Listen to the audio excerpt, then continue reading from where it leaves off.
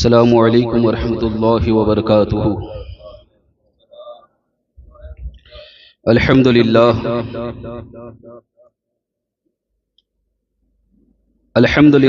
کفا والصلاة والسلام علی عباده الذین اصطفى، اما بعد، اعوذ باللہ من الشیطان الرجیم، بسم اللہ الرحمن الرحیم۔ قل هو اللہ احد اللہ الصمد، اللہم نور قلوبنا بالقرآن وزین اخلاقنا بالقرآن وادخلنا الجنة بالقرآن ونجنا من النار بالقرآن، ربنا افتح بیننا وبین قومنا بالحق وانت خیر الفاتحین۔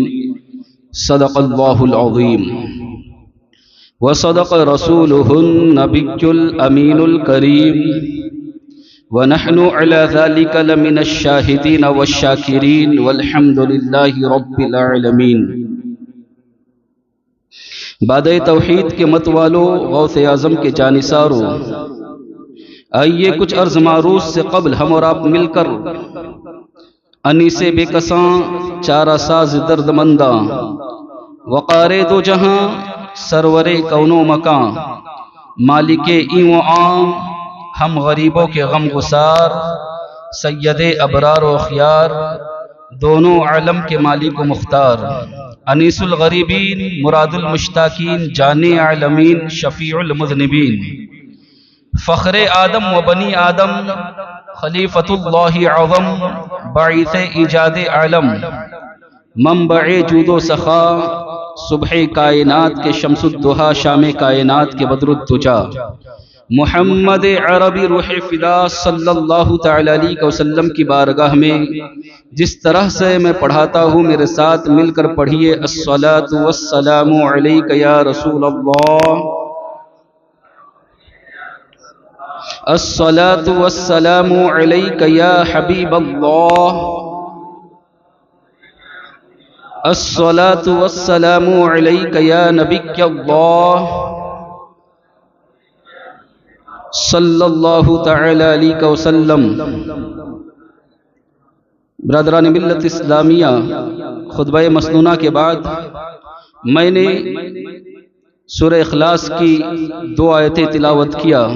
اللہ رب العزت سے دعا ہے کہ مجھے حق کہنے، آپ کو حق سننے، ہم سب کو اس پر عمل کرنے کی توفیق عطا فرمائے۔ یقیناً آپ جان گئے ہوگے کہ آج کا ٹاپک جو ہے وہ وحدانیت پر ہوگا، اللہ کے ایک ہونے پر۔ انشاءاللہ آج کے اس مختصر وقت میں میں کوشش یہ کروں گا کہ اللہ ہیں اس پر دلیل دوں، اور اللہ ایک کیوں ہے اس پر کچھ باتیں سمجھاؤں۔ بہت اہم بات ہے، کیونکہ ہمارا سب سے بنیادی عقیدہ جو ہے وہ یہی ہے کہ اللہ ہے اور وہ ایک ہے۔ اللہ تبارک و تعالی نے ارشاد فرمایا،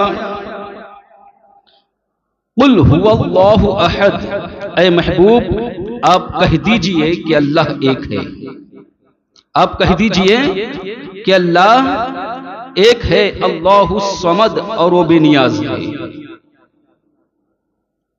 برادران ملت اسلامیہ، انسان کی فطرت میں اللہ تبارک و تعالی نے ایک چیز رکھی ہے کہ اس کی پیشانی کہیں نہ کہیں جھکنا چاہتی ہے، اس کی پیشانی کہیں نہ کہیں سجدہ کرنا چاہتی ہے، اس کی پیشانی کہیں نہ کہیں جھک کر کسی کو معبود ماننا چاہتی ہے۔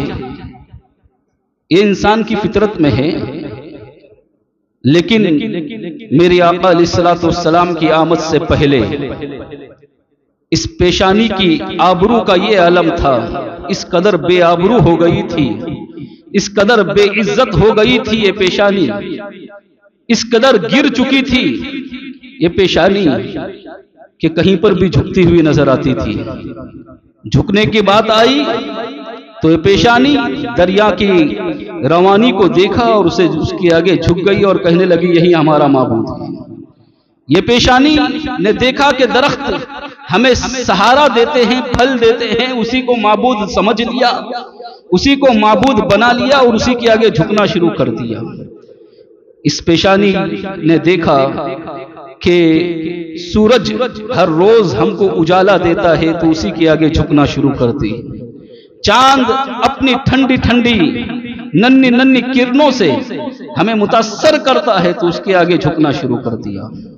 برادران ملت اسلامیہ، غرض کی یہ پیشانی ہر جگہ جھکی ہوئی تھی، جس کو بھی طاقتور دیکھتی تھی، انسان کو بھی اگر طاقتور دیکھتی تھی اس کے آگے بھی جھک جاتی تھی۔ لیکن اللہ کا بے پناہ احسان ہے، اللہ کا کرم ہوا کہ اللہ تبارک و تعالی نے رحمت بنا کر اپنے محبوب کو ہمارے درمیان جلوگر فرمایا، ہمارے درمیان بھیج دیا۔ اور اب آقا علیہ الصلوۃ والسلام جب اس دنیا میں تشریف لائے اور دیکھا کہ یہ پیشانی ہر جگہ جھک رہی ہے، یہ بڑی بے آبرو ہو کر رہ گئی ہے، اس پیشانی کا مقام بہت بلند و بالا ہے، یہ پیشانی ہر کسی کے آگے جھکنے کے لیے نہیں بنائی گئی ہے، ہر کسی کے آگے سجدہ کرنے کے لیے نہیں بنائی گئی ہے۔ تو آقا علیہ الصلوۃ والسلام نے پھر آپ کو بتایا کہ قل هو اللہ احد، اللہ تبارک و تعالیٰ نے کہا محبوب آپ کہہ دیجئے کہ اس پیشانی کو ہر جگہ جھکانا نہیں ہے، بلکہ یہ پیشانی اب اگر جھکے گی تو وحدہ لا شریک کے آگے جھکے گی، اللہ رب العزت کے آگے جھکے گی، اللہ تبارک و تعالیٰ کے سامنے جھکے گی۔ اس پیشانی کو دنیا کی کوئی طاقت نہیں جھکا سکتی، اس پیشانی کو نہ سورج کی کرنیں جھکا سکتی ہے، اس پیشانی کو نہ چاند کی چمک جھکا سکتی ہے، اس پیشانی کو ستاروں کی چمک جھکا سکتی ہے، نہ ہی اس پیشانی کو دریا کی طغیانی جھکا سکتی ہے، نہ اس پیشانی کو درخت جھکا سکتے ہیں۔ کوئی طاقت ایسی نہیں ہے جو اس پیشانی کو جھکائے، اس کا مقام بہت بلند و بالا ہے۔ اللہ تبارک و تعالیٰ نے انسان کے اندر سب سے اہم چیز جو دماغ رکھی ہے اس کو بھی پیشانی میں رکھا ہے۔ اتنی عظمتوں کی حامل پیشانی یہ ہر جگہ کیسے جھکے گی؟ تو اللہ کے رسول صلی اللہ علیہ وسلم نے بتایا کہ دیکھو تم سورج کے آگے جھک رہے تھے، مقام شیبہ میں میں نے اشارہ کر دیا پلٹ آیا، تم چاند کے آگے جھک رہے تھے، میں نے دو ٹکڑے کر کے بتا دیا، تم درخت کے آگے جھک رہے تھے، میں نے درخت کو بلایا، وہ بھی آپ نے دوڑتا ہوا میرے پاس آیا۔ لہذا یہ ساری چیزیں سورج کے لیے تم نہیں ہو، تمہارے لیے سورج ہے، چاند کے لیے تم نہیں ہو، چاند تمہارے لیے ہے، درخت کے لیے تم نہیں ہو، درخت تمہارے لیے ہے، تمہارا مقام بہت بلند و بالا ہے، یہ پیشانی بڑی عظمت والی ہے۔ قل هو اللہ احد، یہ جھکے گی تو صرف اور صرف وحدہ لا شریک کے آگے جھکے گی۔ ڈاکٹر اقبال نے اسی بات کو کہا تھا کہ ایک سجدہ ہے جسے تو گراں سمجھتا ہے، یہ ایک سجدہ ہے جسے تو گراں سمجھتا ہے، ہزار سجدوں سے دیتا ہے آدمی کو نجات، ہزار سجدوں سے دیتا ہے آدمی کو نجات۔ ہزار جگہ یہ پیشانی جھک رہی تھی، ہزار جگہ سجدے ہو رہے تھے، اتنی بے آبرو ہوئی تھی یہ پیشانی، اتنی بے آبرو ہوئی تھی۔ جانتے ہو کہ گندگی کے آگے بھی جھک رہی تھی یہ پیشانی، اور آج تک جھک رہی ہے۔ یوٹیوب پر دیکھو، عورت کی شرمگاہ کے آگے بھی جھک رہی تھی یہ پیشانی، اس کو بھی معبود بنا لیا تھا، مرد کی شرمگاہ کو بھی معبود بنا لیا تھا۔ کہ اللہ کا احسان نہیں ہے، یہ اللہ کا کتنا بڑا احسان ہے کہ اللہ نے ہم کو مسلمان بنایا ہے، اور یہ پیشانی ایسی ایسی جگہوں سے جھکنے سے بچا لی ہے، اور یہ پیشانی اب اگر جھکتی ہے تو صرف اللہ کے آگے جھکتی ہے، وحدہ لا شریک کے آگے جھکتی ہے۔ برادران ملت اسلامیہ، تو اللہ تبارک و تعالی ہے، اللہ موجود ہے، اس پر بھی دلیل ہے، اس پر بھی بہت ساری دلیلیں ہیں کہ اللہ موجود ہے۔ کچھ لوگ انکار کرتے ہیں کہ پیشانی جھکے گی ہی نہیں کس کے آگے، لیکن نہیں، ایسا نہیں، یہ پیشانی کسی نہ کسی کے آگے تو جھکے گی، اور وہ ہے اللہ رب العزت کی ذات۔ برادران ملت اسلامیہ، ایک بڑھیا تھی، بڑا پرانا واقعہ ہے، مشہور واقعہ ہے، چرخہ کاٹا کرتی تھی، چرخہ کاٹتی تھی۔ اس بڑھیا سے ایک شخص نے پوچھا کہ اگر اللہ کو تو مانتی ہے اور اللہ ہے، اللہ موجود ہے، تو اس کی دلیل تیرے پاس کیا ہے؟ اب بڑھیا تھی، چرخہ کاٹنے والی، اس کے پاس کتنا علم ہوگا، لیکن اس نے کیا دلیل دی، دیکھو کتنی مضبوط دلیل۔ اس نے کہا کہ یہ چرخہ ہی میری دلیل ہے۔ جو چرخہ کاٹتی تھی، مشین سمجھ لو آج کی تاریخ میں، تو جو مشین چلاتی تھی، کہا یہ مشین ہی دلیل ہے کہ اللہ ہے۔ اس نے پوچھا کہ چرخہ کیسے کہ دلیل بنے گی، کس طرح سے یہ دلیل بنے گی؟ کہا دیکھو جب تک میں اس چرخے کو گھماتے رہتی ہوں یہ کام کرتا رہتا ہے، اس کو گھمانا بند کرتی ہوں یہ بھی بند ہو جاتا ہے۔ جب ایک چھوٹا سا چرخہ میرے گھمانے سے گھومتا ہے، میرے نہ گھمانے سے بند ہوتا ہے، تو اتنی بڑی کائنات خود بخود کیسے چل سکتی ہے؟ جب یہ چرخہ خود بخود نہیں چل سکتا تو کائنات خود بخود کیسے چل سکتی ہے؟ یہی سب سے بڑی دلیل ہے کہ اللہ رب العزت موجود ہے جو اس کائنات کو چلا رہا ہے۔ برادران ملت اسلامیہ، پھر ایک سوال ذہن میں آتا ہے کہ اگر اللہ ہے تو ایک ہی کیوں ہے؟ کسی نے پوچھنے والے نے اسی بڑھیا سے پوچھا، اسی بڑھیا سے سوال کیا کہ اگر ایک، چلو مان لیا کہ اگر اللہ ہے اور وہ کائنات کو چلا رہا ہے تو ایک ہی کیوں ہے؟ تو اس بڑھیا نے پھر جواب دیا کہ اس کا جواب بھی میرا چرخہ ہے، اس کا جواب بھی میرا چرخہ ہے۔ اس نے کہا اب دلیل دے، کیسے؟ یہ چرخہ کیسے ہے کہ اللہ ایک ہی ہے؟ اس نے کہا کہ دیکھو یہ چرخہ ہے، اس کو میں گھماتی ہوں، اگر میں تنہا ہوں اور اس کو گھما رہی ہوں، میں اکیلی ہوں اور اس کو گھما رہی ہوں تو یہ برابر گھومے گا، لیکن اگر اس کے سامنے کوئی اور آ جائے گا، اس کے سامنے کوئی اور بیٹھے گا، کوئی دوسرا شخص موجود ہوگا اور وہ بھی گھمانا چاہے گا اور اس کی مرضی ہوئی میں اس طرف گھما رہی ہوں، اس کی مرضی ہوئی اس طرف گھمانے کی، تو پھر حال یہ ہوگا کہ یہ چرخہ گھومے گا نہیں، چلے گا نہیں، اس لیے کیونکہ دونوں کی مرضی الگ الگ ہوتی ہے۔ جب دو ہوگے تو مرضیاں الگ الگ ہوگی، اور اس بات کو قرآن عظیم نے بیان فرمایا لو کانا فیہما آلہۃ الا اللہ لفسدتا، اگر دو اللہ ہوتے تو ہوتا یوں کہ آپس میں جھگڑتے اور وہ کائنات کا جو ہے نظام درہم برہم ہو جاتا۔ لو کان فیہما آلہۃ الا اللہ لفسدتا، اگر دو رب ہوتے تو کیا نقصان ہوتا؟ تو کہا کہ دو رب ہوتے تو نقصان یہ ہوتا کہ دونوں آپس میں لڑنے لگ جاتے، اور دونوں آپس میں لڑتے اور کائنات کا نظام درہم برہم ہو جاتا۔ کتنا حسین نظام ہے، کتنا بہترین نظام ہے، اللہ تبارک و تعالیٰ نے اس نظام کو کیسے قائم رکھا ہے۔ ایک مثال کے ذریعے آپ کو سمجھاؤں، غور کرنا کہ کتنا بہترین نظم اور کتنا بہترین نسق ہے اس کائنات کو چلانے کے لیے، اس روئے زمین کو چلانے کے لیے، اس کائنات کو چلانے کے لیے اللہ تبارک و تعالیٰ نے کتنا بہترین نظام بنایا ہے۔ آج 8 تاریخ ہے، 8 جولائی، آج صبح سورج 6:04 پر نکلا تھا اور 7:21 پر غروب ہوا ہے نا۔ سورج 6:04 پر نکلا تھا اور 7:21 پر غروب ہوا ہے۔ دیکھو سورج کو اللہ تبارک و تعالیٰ نے کیسا مسخر کر دیا ہے ہمارے لیے، اور اس کو کتنا پابند بنایا ہے۔ اب گزشتہ دور کو گنتے چلے جاؤ، 2023، 22، 21 اور 1999، 98، جتنے سال پیچھے چلے جاؤ اور جتنے سال آپ آگے چلے جاؤ، اب 25 میں بھی دیکھو، اگر کسی کے پاس کیلنڈر دکھتا ہوگا، 26 کا دیکھو، 27 کا دیکھو، 28 کا دیکھو، یعنی جب سے دنیا بنی ہے آج کے دن 8 جولائی کو اگر سورج 6:04 پر نکلا اور 7:21 پر غروب ہوا ہے تو 8 تاریخ کو پچھلے بھی چلے جاؤ اور آگے بھی چلے جاؤ، اسی وقت نکلے گا اور اسی وقت ڈوبے گا، کوئی فرق نہیں آئے گا۔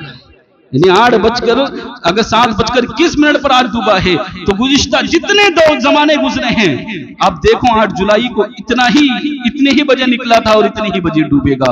کیسا بہترین نظام ہے، اس سے حسین نظام کیا ہو سکتا ہے، اس سے حسن خوبی کے ساتھ نظم و ضبط کیسے ہو سکتا ہے۔ اللہ تبارک و تعالیٰ نے اس قدر حسین نظام چلایا ہے اس دنیا کا، تو کوئی نہ کوئی تو ہے، یقیناً آپ کو ماننا پڑے گا جو اس حسین نظام کو چلا رہا ہے۔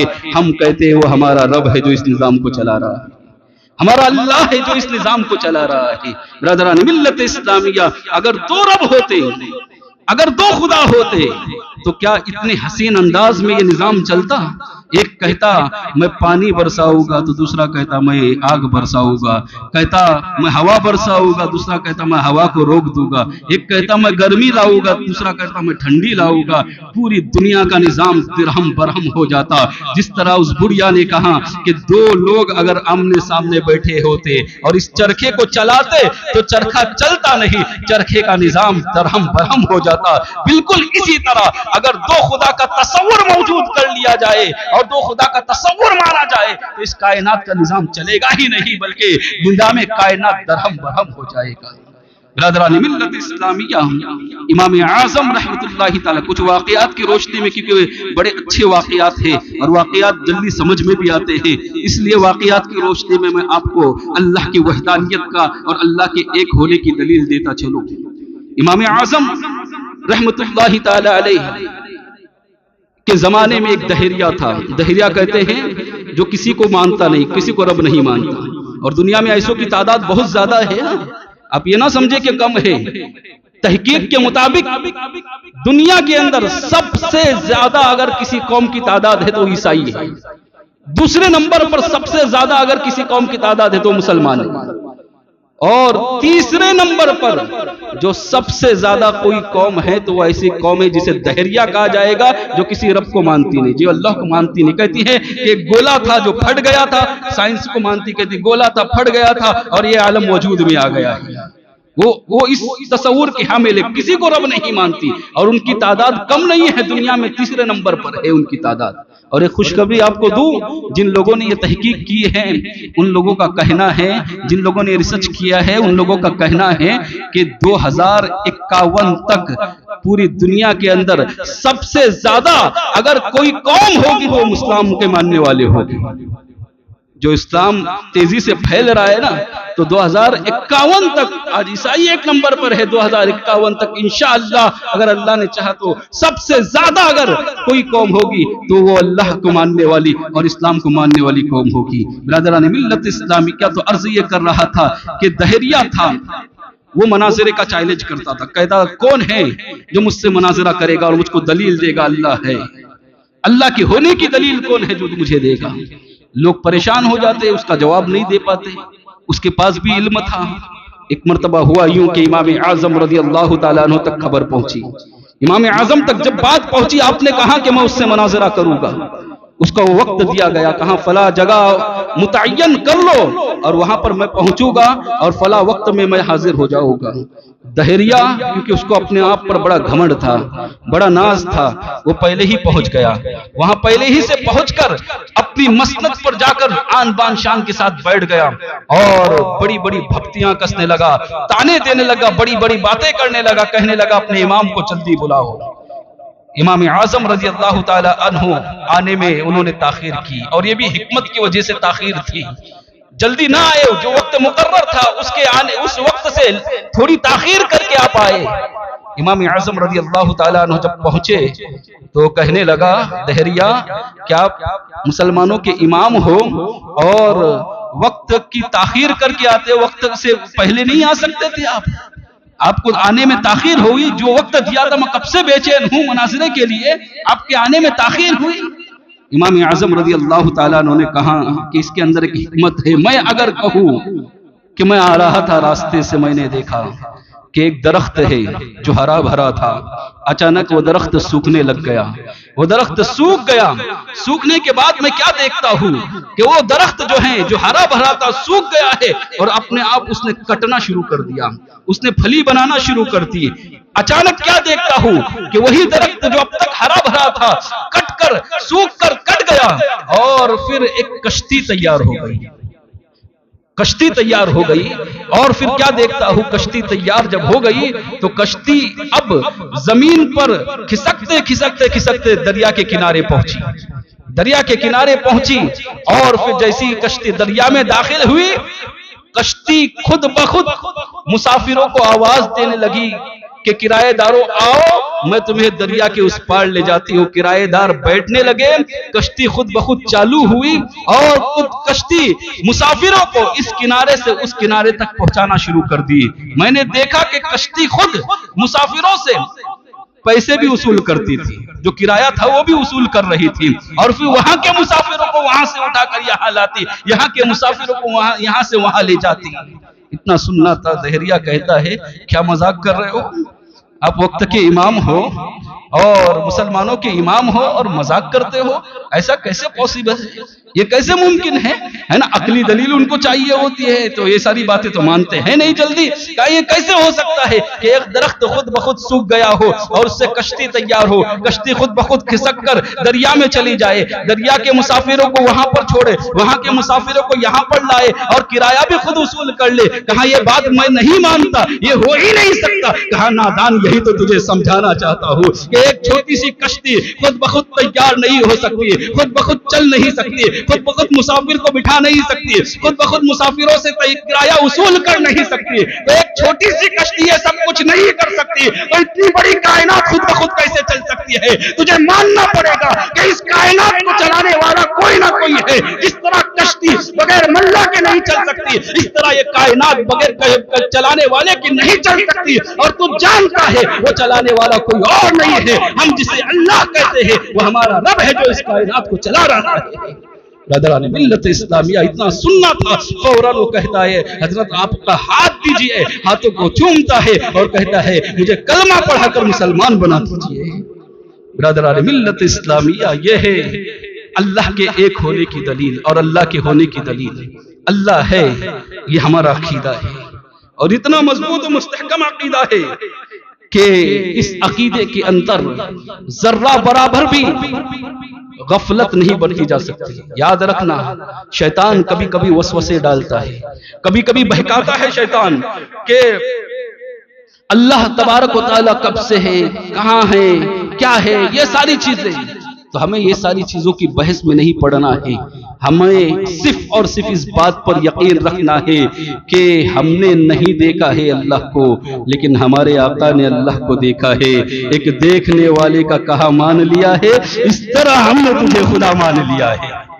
ایک دیکھنے والے کا کہا مان لیا ہے، اس طرح ہم نے تجھے خدا مان لیا ہے۔ امام جعفر صادق رضی اللہ تعالیٰ عنہ، ان کا بھی ایک دہریے سے اسی طرح کا مناظرہ ہوتا ہے۔ کشتی میں سفر کر رہے تھے، اللہ کے ہونے پر دلیل دے رہا ہوں، اللہ کے ہونے پر آپ کو احساس دلا رہا ہوں کہ اللہ کی معرفت کیسے حاصل کی جائے، کیونکہ اللہ نظر نہیں آئے گا، اللہ لا یدرکہ الابصار، کوئی آنکھیں اس کا احاطہ نہیں کر سکتی ہے اس دنیا کے اندر، تو پھر اس کی معرفت کیسی حاصل ہوگی؟ تو امام جعفر صادق رضی اللہ تعالیٰ عنہ کشتی میں سفر کر رہے تھے کہ ایک ملاح تھا جو دہریہ تھا، جو کسی کو اللہ نہیں مانتا تھا۔ اس نے امام جعفر صادق رضی اللہ تعالیٰ عنہ سے بحث شروع کر دی اور دلیلیں دینے لگا اس طرح سے کہ میں نہیں مانتا۔ امام جعفر صادق رضی اللہ تعالیٰ عنہ نے بہت ساری دلیلیں دی، لیکن وہ انکار کرتا رہا۔ اب وقت کے ولی ہے، ولی کامل ہے، امام ہے، انہوں نے کہا، وہ جانتے تھے کہ اس کے ساتھ کبھی نہ کبھی کوئی واقعہ ایسا رونما ہوا ہوگا، انہوں نے کہا ٹھیک ہے میں تجھے ایک دلیل دیتا ہوں، سچ کہنا کبھی زندگی میں تیرے ساتھ ایسا حادثہ ہوا ہے؟ کیونکہ تو ملا ہے اور تیرا چہرہ بتا رہا ہے کہ تو خاندانی ملا ہے، تیرے باپ دادا کے زمانے سے یہ کاروبار ہے تیرا۔ یہ تو اس نے کہا حضور یہ بات تو صحیح ہے کہ میرے باپ دادا کے زمانے سے ہم ملا ہے اور ہم کشتی چلایا کرتے۔ کہا کبھی ایسا واقعہ ہوا تمہاری زندگی میں کہ کبھی سمندر میں طوفان آ گیا ہو اور تمہاری کشتی ڈوبنے لگ گئی ہو اور ڈوبتے ہوئے سارے مسافر ڈوب گئے ہو اور اتفاق سے تم بچ گئے ہو، ایسا کبھی ہوا؟ اس نے کہا ہاں حضرت ایسا ہوا تھا، ایک مرتبہ ایسا ہوا تھا میری زندگی میں کہ ایسا شدید طوفان آیا کہ جتنے لوگ کشتی میں بیٹھے تھے سب کے سب ڈوب گئے، سب کے سب ڈوبنے لگے، یہاں تک کہ میں بھی پانی میں گر گیا اور عنقریب میں ڈوبنے والا تھا، عنقریب میں غرقاب ہونے والا تھا۔ اتنے میں کیا دیکھتا ہوں کہ ایک تختہ سامنے مجھے نظر آیا، میں نے اس تختے کا سہارا لیا اور پھر اس تختے کا سہارا لیتے ہوئے میں ساحل سمندر تک جانے کی کوشش کرنے لگا۔ سمندر کی لہریں اٹھا کر مجھے باہر پھینک رہی تھی، یہاں تک کہ قریب تھا کہ ساحل سمندر مجھے نظر آ رہا تھا، میں نے دیکھا کہ ساحل سمندر نزدیک ہے، لیکن اتنی زوردار موج آئی کہ پھر وہ تختہ بھی ہاتھ سے چلا گیا۔ اللہ اکبر! پھر حال یہ ہوا کہ میں نے ہاتھ پیر مارنا شروع کر دیا. اب مجھے یقین نہ تھا کہ میں بچوں گا، کیونکہ جس تختے کا آسرا تھا، جس تختے کا سہارا تھا، وہ تختہ بھی ڈوب چلا گیا تھا، اب وہ بھی میرے پاس نہیں تھا. لہذا مجھے یقین تھا کہ اب میں مر جاؤں گا. لیکن ایک سمندر کی ایک لہر آئی اور اس نے اٹھا کر مجھے ساحل سمندر تک پہنچا دیا. امام جعفر صادق رضی اللہ تعالی عنہ اس سے پوچھتے ہیں کہ تو نے یہ سارا واقعہ بیان کیا، میں تجھ سے پوچھنا چاہتا ہوں، جب سمندر میں طوفان آیا، سمندر میں طغیانی آئی اور لہروں کے چمیٹ میں آ کر سارے لوگ ڈوبنے لگے اور تجھے جب کوئی بھروسہ نظر نہ آیا، پھر اچانک تختے پر تیری نظر گئی تو تجھے تیرے دل میں یقین آیا، تیرے دل میں امید بنائی کہ یہ تختہ میری جان بچائے گا. اس نے کہا ہاں حضور ایسا ہی ہوا. پھر تختے کے اوپر ہاتھ مارا میں نے اور پھر تختے نے مجھے ساحل سمندر کے قریب تک پہنچا دیا. پھر امام جعفر صادق رضی اللہ تعالی عنہ نے اس سے پوچھا تھا کہ بتا کہ جب تختے کا بھی سہارا چھوڑ گیا تھا، جب تختے نے بھی ساتھ چھوڑ دیا تھا، اس وقت تیرے دل میں کچھ تو خیال آیا ہوگا، تیرے دل میں کچھ تو بات آئی ہوگی. اس نے کہا ہاں میرے دل میں ایک بات آئی تھی، وہ بات یہ تھی کہ میں سوچ رہا تھا کوئی کرشمہ ہو جائے، کوئی میریکل ہو جائے، کوئی ایسی بات ہو جائے کہ میں ساحل سمندر تک پہنچ جاؤں. کہا جو تو کرشمے کا انتظار کر رہا تھا، تجھے جو امید تھی یہ کس ذات سے امید تھی، تو کس سے امید کر رہا تھا کہ اچانک ایسا ہو جائے کہ میں ساحل سمندر تک پہنچ جاؤں. اس نے کہا یہ تو کبھی نہیں سوچا. کہا تو نے نہیں سوچا، میں سمجھ گیا ہوں کہ جو تو امید لگائے بیٹھا تھا وہ کوئی اور نہیں تھا، وہ اللہ رب العزت کی ذات تھی، وہ اللہ تبارک و تعالیٰ کی ذات تھی جس سے تو نے امید لگائی تھی. اور ساحل سمندر تک پہنچانے والی ذات تجھے کوئی اور نہیں تھی، وہ اللہ رب العزت کی ذات تھی. دہریہ کہتا ہے حضرت مجھے کلمہ پڑھا کر دامن اسلام میں لے لیجیے، وہ بھی اسلام قبول کر لیتا ہے. برادران ملت اسلامیہ، اگر اللہ کی معرفت حاصل کرنی ہے تو اللہ نے فرمایا ان فی خلق السماوات والارض واختلاف اللیل والنہار لآیات لأولی الالباب. عقل مند وہ ہے جو زمین و آسمان کے جو رات و دن زمین و آسمان میں غور و فکر کرتا ہے، اور رات و دن کے آنے میں یعنی دن آتا ہے رات جاتی ہے، رات آتا ہے ہے دن جاتا ہے، اس پر غور و فکر کرتا ہے. یعنی یہ ساری چیزوں کے ذریعے ہمیں اپنے رب کی معرفت حاصل کرنی ہے. رب کی معرفت حاصل کرنے کا یہ سارا طریقہ ہے. رب کو تلاش کرنا ہے تو یہ ساری چیزیں جو ہیں یہ ہمارے لیے میسر آئے گی. زمین و آسمان میں غور و فکر کرنا ہے، زمین و آسمان میں غور و فکر کرنا ہے. کبھی کبھی خیال آتا ہے ہمارے ذہن میں کہ ہم مرے گئے، اتنے لوگ آتے ہیں، دنیا کب سے بنی ہے، اس وقت سے لے کے لوگ آ رہے ہیں جا رہے ہیں، کون کیا مرتا ہے، کس کو مچھلیاں کھا جاتی ہے، کوئی سڑ جاتا ہے، کوئی گل جاتا ہے، کسی کو جلا دیا جاتا ہے، کسی کو دفنا دیا جاتا ہے. اب اتنے سارے لوگ قیامت میں ایک ساتھ میں جمع کیسے ہوگے؟ اتنے سارے لوگ قیامت میں ایک ساتھ میں کیسے آئے گے؟ یہ کبھی کبھی خیال آتا ہے کہ سارے لوگ ایسا کیسے ہوگا؟ جبکہ ہمارا عقیدہ یہ ہے کہ اللہ کے رسول نے ہمیں بتایا ہے قیامت حق ہے تو حق ہے، بس ہمیں ماننا ہے. لیکن عقل بھی اس بات کو تسلیم کرتی ہے کہ آپ نے نہ دیکھا گرمیوں کا آخری پہر تھا، جب بارش نہیں ہو رہی تھی تو آپ نے نہ دیکھا کہ جو میدان جو ہے یہ سوکھا پڑا تھا، میدان کے اندر ایک درخت بھی نظر نہیں آتا تھا، میدان میں ایک جھاڑ بھی نظر نہیں آتا تھا. لیکن اللہ تبارک و تعالیٰ نے بارش کے چند بوند برسا کر پھر بتا دیا دیکھو ایک چھوٹے سے میدان کے اندر جو درخت مر چکے تھے، جن کا کوئی وجود نہیں تھا، میں نے چند بارش کی قطرات ٹپکا کر، بارش کی چند بوندیں برسا کر ان درخت کو دوبارہ زندہ کیا.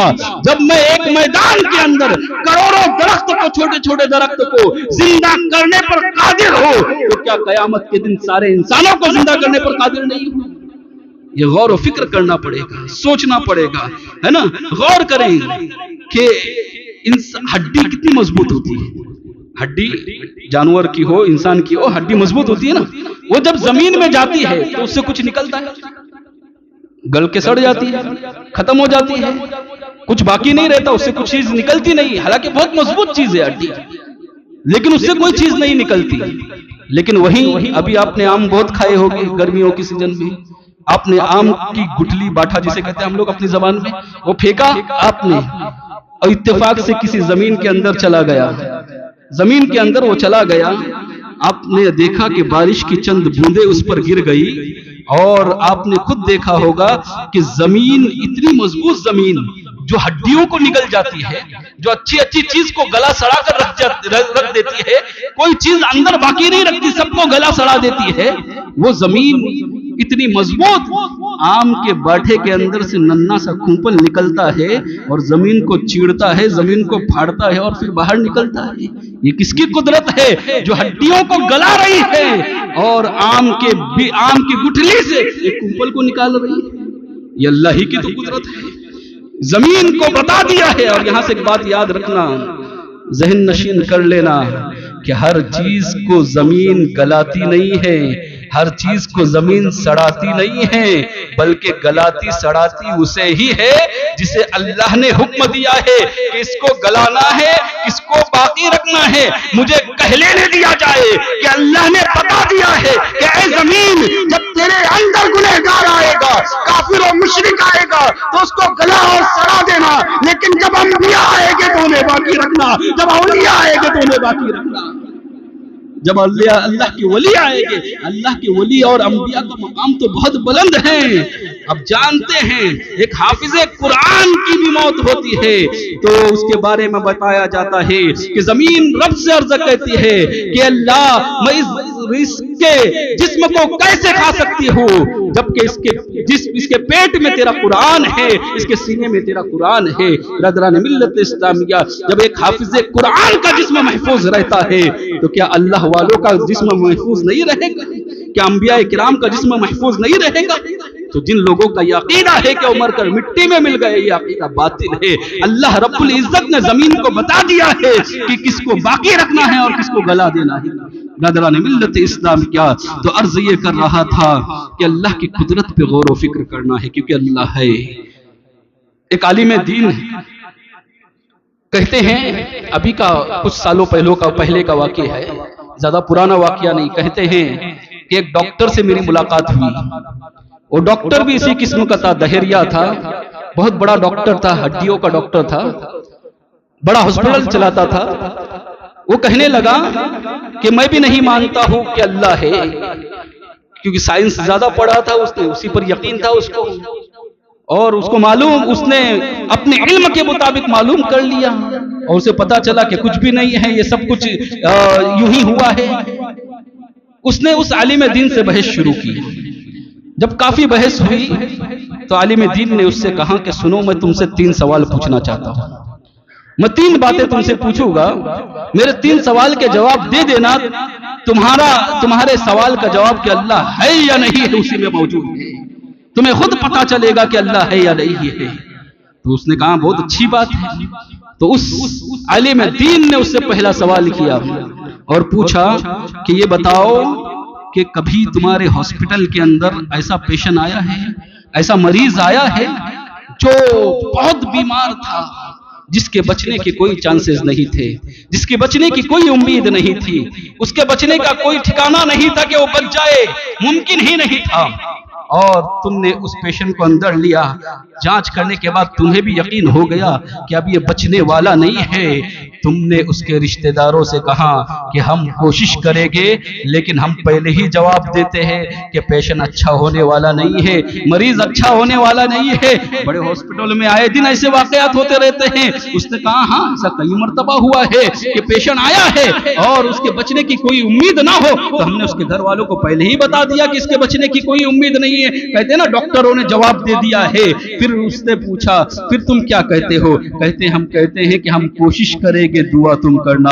عالم دین نے پوچھا سچ سچ بتانا، جو تم یہ کہتے ہو دعا تم کرنا، یہ کس سے کہتے ہو؟ تمہیں ماننا پڑے گا، تم مانو نہ مانو، تم جس کے بارے میں کہتے ہیں کہ ہماری کوشش سے یہ بچنے والا نہیں ہے، لیکن ایک طاقت ضرور موجود ہے جو اس کو بچا سکتی ہے، یہ تمہارے دل کے اندر بھی ایک کیفیت ہے اور تمہیں بھی معلوم ہے کہ وہ طاقت موجود ہے جو اس کو آج بھی بچا سکتی ہے۔ ہماری میڈیکل سائنس جہاں ختم ہوتی ہے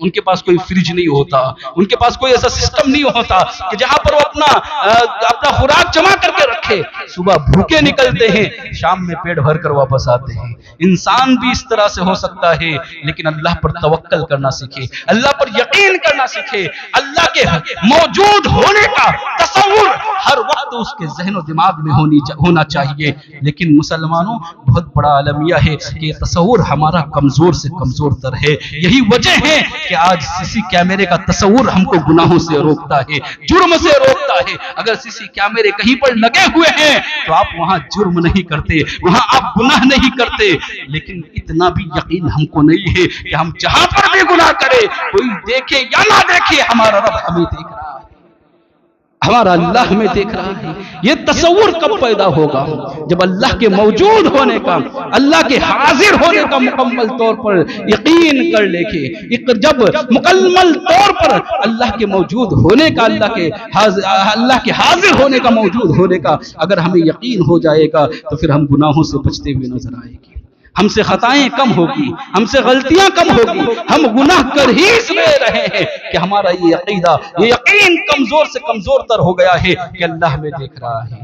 بتاؤ سچ سچ کہ اگر یہ یقین زندہ ہو جائے تو کیا ہم گناہ کریں گے؟ کہ ہم چوری کریں گے؟ کہ ہم برائیاں کریں گے؟ کہ ہم فتنہ و فساد کریں گے؟ یہ ساری چیزیں جو ہم کر رہے ہیں، ہمارا عقیدہ کہیں نہ کہیں کمزور ہے. اس عقیدے کو مضبوط کرو، اس لیے کہ وہ حقیقی ہے، اللہ ہے، ہمیشہ سے ہے اور ہمیشہ رہے گا، ہمیشہ سے ہے اور ہمیشہ رہے گا. امام اعظم رضی اللہ تعالیٰ عنہ کے زمانے کی بات ہے، ایک دہریے نے چیلنج کیا کہ میرے 3 سوالوں کا جواب کوئی نہیں دے سکتا. میں 3 سوال پوچھوں گا، اس کا جواب کسی کے پاس نہیں ہے. اور وہ 3 سوال، پہلا سوال یہ تھا کہ اگر اللہ سے پہلے کیا ہے؟ ہمارا عقیدہ کیا ہے؟ اللہ ہمیشہ سے ہے اور ہمیشہ رہے گا، اللہ سے پہلے کچھ نہیں. لیکن اس نے سوال قائم کیا کہ کوئی میرے سوال کا جواب دے کہ اللہ سے پہلے کیا ہے، اور اللہ کس سمت میں ہے، مشرق میں ہے، مغرب میں ہے، شمال میں ہے، جنوب میں ہے، کس سمت میں ہے. اور تیسرا سوال اس کا یہ ہے کہ اللہ ہے تو اس وقت کیا کر رہا. تینوں سوال بڑے کٹھن تھے، بڑے بڑے علماء بیٹھے تھے، لیکن کسی کی ہمت نہ ہوئی جواب دینے کی. کسی کے اندر طاقت نہ تھی کہ اللہ سے پہلے کیا، اللہ کس سمت میں ہے، مشرق مغرب شمال جنوب کس سمت میں ہے، اور اللہ ہے تو اس وقت کیا کر رہا ہے. اب کون جواب دے؟ اتنا سخت سوال کیا. 8 سال کا 10 سال کا ایک بچہ تھا کھڑا ہوا، وہ کہتا ہے کہ میں تمہارے سوال کا جواب دوں گا. لوگ حیران ہوئے کہ بڑے بڑے علماء خاموش بیٹھے ہیں، 10 سال کا ایک بچہ کھڑا ہوا ہے اور وہ کہہ رہا میں تمہارے سوال کا جواب دوں گا. میں تمہیں بتاؤں گا کہ اللہ سے پہلے کیا، اور اللہ کس سمت میں ہے، اور اللہ ہے تو کیا کر رہا ہے. تینوں سوالوں کا جواب. لوگوں نے کہا بچے بیٹھ جاؤ، تم کیا جواب دو گے؟ بڑے بڑے علماء خاموش ہے. کہا نہیں میں جواب دوں گا. جب یقین اور اعتماد لوگوں نے دیکھا تو کہا ٹھیک ہے یہی بچہ جواب دے گا. اب اس بچے کو آگے بڑھایا گیا. بچہ جیسے ہی آگے بڑھا، وہ دہریہ جو تھا مسند پر بیٹھا ہوا تھا، اپنا دربار لگا کر کرسی پر بیٹھا ہوا تھا. جیسے ہی وہ 10 سال کا بچہ اس کے سامنے گیا تو اس نے کہا ٹھیک ہے تم میرے سوالوں کا جواب دو. بچے نے کہا ایسے نہیں، سوال کرنے والے کا مقام کم ہوتا ہے، جواب دینے والے کا مقام بڑا ہوتا ہے. تو مسند سے اتر جا، تو کرسی سے اتر جا، وہاں میں بیٹھوں گا، سامنے بادب کھڑے ہو اور پھر مجھ سے سوال کر، پھر میں تیرے سوال کا جواب دوں گا. وہ 10 سال کا بچہ کرسی پر جا کر بیٹھا، مسند پر جا کر بیٹھا، اور وہ دہریہ سامنے ہاتھ باندھ کر کھڑا رہا. اس بچے نے پوچھا کہ یہ بتا کہ تیرا پہلا سوال کیا ہے. اس دہریے نے کہا کہ میرا پہلا سوال یہ ہے کہ اللہ سے پہلے کیا ہے، اللہ سے پہلے کیا ہے. اس بچے نے کہا ٹھیک ہے اس کا جواب بھی تو خود دے گا. کہاں گنتی آتی ہے تجھے؟ کہاں آتی ہے؟ کہا گن. اس نے اپنی بھاشا میں گننا شروع کیا، 1 2 3 4 5 6 7 8 9 10. جب 10 پر پہنچا کہا بس اب رک جا. کہا کہ اب اس کو الٹا گننا شروع کر دے، اب تو نے سیدھا گنا ہے، اس کو الٹا گننا شروع کر دے. اس نے دہریے نے گننا شروع کیا، 10 9 8 7 6 5 4 3 2 1. پھر وہ خاموش ہو گیا. پوچھا ایک سے پہلے کیا؟ اس نے کہا ایک سے پہلے زیرو. زیرو کا مطلب کچھ بھی نہیں. کہا یہی تو سمجھانا چاہ رہا ہوں, یہی تو بتانا چاہ رہا ہوں کہ دنیاوی گنتی میں ایک سے پہلے کچھ نہیں ہوتا, تو وہ حقیقی ایک سے پہلے کیا کچھ ہو سکتا ہے؟ وہ حقیقی ایک ہے, اس سے بھی پہلے بھی کچھ بھی نہیں تھا. برادران ملت اسلامیہ, کہاں تیرے پہلے سوال کا جواب ہے کہ حقیقی ایک سے پہلے کچھ بھی نہیں. اب دوسرا سوال, کہاں اللہ ہے تو اس وقت کس سمت میں ہے؟ کہاں پر ہے اللہ؟ ایک مرتبہ درود شریف پڑھیں. اللہم صلی علی سیدنا مولانا محمد معدن الجود والکرم والہ وبارک وسلم صلاۃ و سلام علیک یا رسول اللہ صلی اللہ تعالی علیہ وسلم. کہاں دوسرا سوال یہ ہے کہ اگر اللہ ہے تو اس وقت کس سمت میں ہے؟ اس بچے نے کہا ٹھیک ہے, ایک چراغ جلاؤ, روشنی جلاؤ, چراغ جلاؤ. چراغ جلایا گیا. جیسے ہی چراغ کی روشنی ہوئی, اس دہریے سے پوچھا اے دہریے یہ بتا کہ اس چراغ کی روشنی کس سمت میں ہے؟ مشرق کی طرف ہے, مغرب کی طرف ہے, شمال کی طرف ہے یا جنوب کی طرف ہے؟ کس سمت میں ہے اس کی روشنی؟ یہاں پر ایک عقیدے کو بھی واضح کرنا چاہوں گا, آپ خود بھی کان کھول کر سن لینا اور اپنی زندگی میں بھی اس پر عمل کرنا. اور اگر کبھی آپ کے سامنے کسی نے یہ جملہ کہہ دیا تو اس کی اصلاح بھی کرنا. بڑے غور سے سننا کیا عقیدہ ہے. اس نے کہا, اس بچے نے چراغ جلایا اور پھر پوچھا کہ اس کی روشنی کس سمت میں ہے؟ مشرق میں ہے, مغرب میں ہے, شمال میں ہے, جنوب میں ہے؟ تو اس نے کہا چراغ جل رہا ہے تو روشنی کا تعین کیسے کر سکتے ہیں؟ کسی ایک جگہ فکس کیسے کر کے بتا سکتے ہیں؟ چاروں سمت میں اس کی روشنی ہے. تو کہا جب دنیا کی چھوٹی سی چراغ, چھوٹے سے چراغ کا یہ عالم ہے کہ اس کی روشنی چاروں سمت میں ہوتی ہے, تو میرا رب حقیقی نور ہے, اس کی روشنی بھی ہر سمت بٹی ہوئی ہے, ہر سمت پھیلی ہوئی ہے. نظران ملت اسلامیہ, اس کو کسی جگہ کے ساتھ خاص نہیں کیا جا سکتا. تو کچھ لوگ کہتے ہیں, جو مسئلہ بتانا ہے وہ مسئلہ یہ ہے کہ کچھ لوگ کہتے ہیں جب ہمارا کوئی کام ہوتا ہے یا کام نہیں ہوتا ہے تو کیا کہتے ہیں کہ اوپر والے کی مرضی. اور ہم غیر مسلموں میں زیادہ بیٹھنے والے لوگ ہیں, یہ وہاں سے لفظ آیا اور ہم نے بڑے اچھے انداز میں اس کو پکڑ لیا, اور اب ہر مسلمان کی زبان پر یہ لفظ ہوتا ہے, اوپر والے نے ایسا کیا, اوپر والے کی مرضی سے ایسا, اوپر والا جو چاہے گا وہ کرے گا. کون اوپر والا؟ تم نے اللہ کا تعین کر دیا اوپر کی طرف, سمت کی طرف, جب تو وہ سمت سے پاک ہے. اللہ جہت سے پاک ہے, اس لیے کیونکہ اگر آپ اوپر مانو گے تو پھر نیچے نہیں ماننا پڑے گا. اگر صرف اوپر مانتے ہو, اور ایک بات یاد رکھو, یہ عقیدہ توحید ہے, آسان نہیں ہے. یہ بھی نہیں کہہ سکتے اللہ ہر جگہ ہے, یہ بھی نہیں کہہ سکتے اللہ ہر جگہ ہے. کہنا ہے اللہ موجود ہے, صرف کہنا اللہ موجود ہے. جگہ کا بھی تعین, جگہ بھی نہیں کہہ سکتے, اس لیے کیونکہ جگہ جب کہے گے تو جگہ کی بھی حد ہے, جگہ کی بھی حد ہے, اور جگہ کی جب حد ہے تو پھر اللہ محدود ہو جائے گا. اللہ محدود, جیسے میں کہوں کہ میں مسجد میں ہوں تو مسجد مجھ سے بڑی ہے جب میں مسجد میں ہوں. اگر آپ ہر جگہ کہو گے تو پھر ماننا پڑے گا کہ جگہ بڑی ہے اور اللہ چھوٹا ہے. معاذ اللہ, ہمارا عقیدہ یہ ہے کہ اللہ سے بڑا کوئی نہیں ہے. تو جگہ کا تعین بھی نہیں کرنا ہے, اور اوپر والا تو بالکل بھی نہیں بولنا ہے. علماء نے لکھا ہے فقہ کی کتابوں میں, اگر کوئی اوپر والا کہتا ہے تو یہ سیدھا کفر ہو جاتا ہے, کفر ہو جاتا ہے. اس لیے کیونکہ اب سوچے نا, یہ جگہ تو بعد میں ہوئی, جہت تو بعد میں, مشرق مغرب مشرق یہ سب بعد میں, سب سے پہلے اللہ. یہ عقیدہ مضبوط, سب سے پہلے اللہ. جب اللہ سب سے پہلے, جب مشرق بھی نہیں, مغرب بھی نہیں, شمال بھی نہیں, جنوب بھی نہیں, اوپر بھی نہیں, نیچے بھی نہیں, عرش بھی نہیں, کرسی بھی نہیں, سب کچھ نہ تھا, جب بھی وہ تھا تو پھر کہاں تھا؟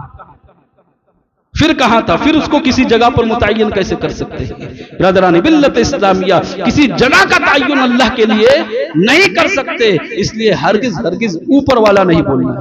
سمجھ میں آ گیا مسئلہ؟ مسئلہ سمجھ میں آیا نا؟ نہیں بولو گے نا آج کے بعد اوپر والا نہیں بولنا ہے, اور کوئی بولے گا فوراً ٹوک دینا اس کو اور کہنا کہ اوپر والا نہیں. اللہ نے فرمایا کہ مجھے وَلِلَّهِ الْأَسْمَاءُ الْحُسْنَى, اللہ کے بہترین نام ہے, اسے اس کے ناموں کے ساتھ پکارا کرو, اسے اس کے اچھے ناموں کے ساتھ پکارا کرو. اور سب سے اچھا نام جو اس کا ہے وہ اللہ خود ہے. اللہ کہہ کر جب بندہ پکارتا ہے, میرے آقا نے کہا, فرمایا کہ جب کوئی بندہ اپنے رب کو اللہ کہہ کر ایک پکارتا ہے وہ 99 مرتبہ جواب دیتا ہے. تو جب اتنا اچھا نام ہے اس کا تو پھر اوپر والا کیوں بولنا ہے؟ کیوں بولنا ہے؟ یہ سارے جملے کیوں کہیں ہے کتابوں کے اندر، کہیں لکھا ہے، کسی نے پڑھا ہے؟ یہ سارے جملے یہ اپنی مرضی سے پھر ہم کیوں بولیں؟ جو حدیثوں کے اندر جو نام اس کے آئے ہیں، اس کے نام تو ایسے ایسے ہیں، اور ہر نام کی تاثیر ایسی ہے کہ جس نام سے پکارو گے اس کی تاثیر تمہارے اندر آتی چلی جائے گی. اس کے نام کی تاثیر کہ اس کی برکتیں تمہیں ملتی چلی جائے گی. تو اسے اچھے ناموں سے پکارنا ہے. برادران ملت اسلامیہ، پھر عرض کر رہا تھا وہ واقعہ کہ پھر اس نے کہا کہ تیسرا سوال میرا یہ ہے کہ اللہ ہے تو اس وقت کیا کر رہا ہے؟ اللہ ہے تو اس وقت کیا کر رہا ہے؟ اس نے اس 8-10 سال کے بچے نے کہا کہ نادان، تجھے اتنا بھی نہیں سمجھتا کہ مجھے مسند پر بٹھا کر عزتیں دے رہا ہے اور تجھے میرے سامنے کھڑے کر کے ذلیل کر رہا ہے؟ اتنا سننا تھا. وہ کہتا ہے کہ مجھے کلمہ پڑھا کر دامن اسلام میں لے لیجئے. وہ کلمہ پڑھتا ہے اشہد ان لا الہ الا اللہ واشہد ان محمد عبدہ ورسولہ. جانتے ہو وہ 8-10 سال کا بچہ کوئی اور نہیں، وہ اپنے وقت کا امام اعظم امام ابو حنیفہ بن جاتا ہے. برادران ملت اسلامیہ، تو اللہ کے ہونے کی دلیل ہے اللہ موجود ہے، اللہ حاضر ہے. ایک آخری واقعہ بیان کر کے پھر میں اپنی بات کو، اپنی گفتگو، کیونکہ واقعات کی روشنی میں جلدی سمجھ میں آ رہی بات میں سمجھتا ہوں. ایک آخری واقعہ، ایک سائیں تھا، ایک بابا تھا. اس بابا کے پاس ایک شخص آیا اور اس سے کہنے لگا کہ تم اللہ کو ایک مانتے ہو؟ کہاں مانتے ہیں؟ کہا اللہ کو دیکھا ہے تم نے؟ کہا نہیں دیکھا. کہا گواہی دیتے ہو؟ کہا اشہد ان لا الہ الا اللہ، اللہ کے سوا کوئی معبود نہیں، یہی تو گواہی ہے. تو کہا جب دیکھا نہیں تو گواہی کیسے دیتے ہو؟ کہا جب تم نے دیکھا نہیں تو گواہی کیسے دیتے ہو؟ کہا ٹھیک ہے دوسرا سوال. کہا 3 سوال تھے اس کے. دوسرا سوال، کہا تم کہتے ہو یفعل ما یرید، اللہ جو چاہتا ہے وہ کرتا ہے، اور تمہارا عقیدہ ہے کہ اس کے بغیر ہلائے ایک پتا بھی نہیں ہل سکتا، اور ہمارا عقیدہ ہے. کہاں جب اس کے ہلائے بغیر ایک پتا بھی نہیں ہل سکتا، اس کے کیے بغیر کچھ ہو ہی نہیں سکتا، تو پھر جو کچھ بندہ کرتا ہے تو بندے سے بھی تو وہی کروا رہا ہے، اس کے حکم سے ہی تو ہو رہا ہے. پھر بندہ مجرم کیوں؟ بندہ مجرم کیوں؟ بندے نے کوئی جرم کیا تو پھر بندہ مجرم کیوں؟ پہلا سوال دیکھا نہیں تو گواہی کیوں؟ دوسرا سوال کہ جب ہر کام اسی کے حکم سے ہوتا ہے تو پھر بندہ مجرم کیوں؟ اور پھر تیسرا سوال اس نے کہا کیا کہ شیطان کو تم کہتے ہو آگ سے بنایا گیا ہے. اللہ تبارک و خلقتہ من نار کہا ہے نا کہ اسے آگ سے بنایا گیا، تو آگ سے بنایا گیا اور تم کہتے ہو اسے جہنم میں ڈالا جائے گا، آگ کو آگ میں ڈالا جائے گا، تو پھر اس کو کیا نقصان پہنچے گا؟ آگ کو اگر آگ میں ہی ڈالا جائے تو اس کو تکلیف کیا ہوگی؟ بابا تھا مجذوب قسم کا، اس نے اسی وقت جہاں بیٹھا تھا وہاں پر مٹی کا ایک ڈھیلا رکھا ہوا تھا، اس ڈھیلے کو اٹھایا اور اس کے سر پر دے مارا. اب اس کو مارنے کے لیے آئے، لوگوں نے پکڑا، اسلامی حکومت تھی، اس کو قاضی کے پاس لے کر گئے. قاضی کے سامنے اس نے مقدمہ دائر کیا، کہا کہ میں اس سے 3 سوال کر رہا تھا بابا جی سے، اور بابا جی نے ڈھیلا اٹھا کر مجھ کو مار دیا، مٹی کا ڈھیلا اٹھا کر مجھ کو مارا اور مجھے چوٹ آئی ہے.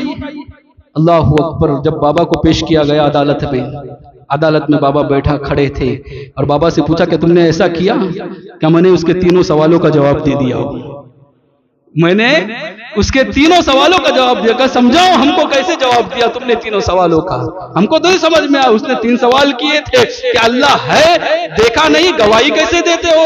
دوسرا سوال یہ کہ جب سب کچھ اس کے حکم کے مطابق ہوتا ہے بندہ مجرم کیوں؟ اور شیطان کو آگ سے پیدا کیا گیا تو آگ میں ڈالا جائے گا، تو پھر اس کو آگ سے کیسی تکلیف ہوگی؟ آگ کو آگ سے تو کیسی تکلیف؟ یہ 3 سوال کا جواب ڈھیلا مار کر کیسے؟ ہاں اس کو بلاؤ میرے سامنے، اس سے میں کچھ پوچھنا چاہتا ہوں. اس کو بلایا گیا.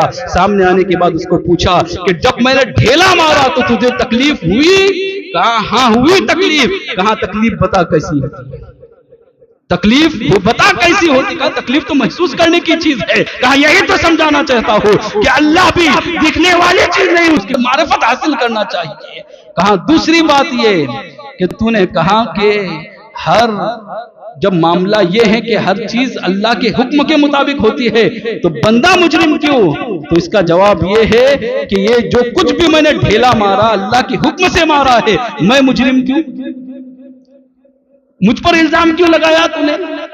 کہا تیرے دوسرے سوال کا جواب یہ تھا، اور پھر کہا تیسرے سوال کا جواب یہ ہے کہ تو نے کہا شیطان کو آگ سے پیدا کیا اور آگ کو آگ میں ڈالے گے تو کیا نقصان ہوگا؟ کہا تجھے بھی مٹی سے پیدا کیا گیا، مٹی کا ڈھیلا مارا، تجھے کیا نقصان ہوا، تجھے کیا تکلیف ہوئی؟ کہا تینوں سوالوں کا جواب تیرا اسی کے اندر موجود ہے۔ برادران ملت اسلامیہ، اللہ ہے اور وحدہ لا شریک ہے، اس کا کوئی ساتھی نہیں، وہ اکیلا ہے، ہمیشہ سے ہے اور ہمیشہ رہے گا۔ یہ ہمارا عقیدہ ہے، وہ ہر عیب ہر نقص سے پاک ہے، ہر برائی سے پاک ہے۔ وَإِنَّ اللَّهَ عَلَى كُلِّ شَيْءٍ قَدِيرٌ ہے، وہ يَفْعَلُ مَا يُرِيدُ ہے، وہ جو چاہتا ہے وہ کرتا ہے، وہ جسے چاہتا ہے عزت عطا کرتا ہے، وہ جسے چاہتا ہے ذلت عطا کرتا ہے۔ برادران ملت اسلامیہ، یہ عقیدہ توحید ہے، اس کو اپنے ذہن و دماغ میں مستحکم کر لیا جائے۔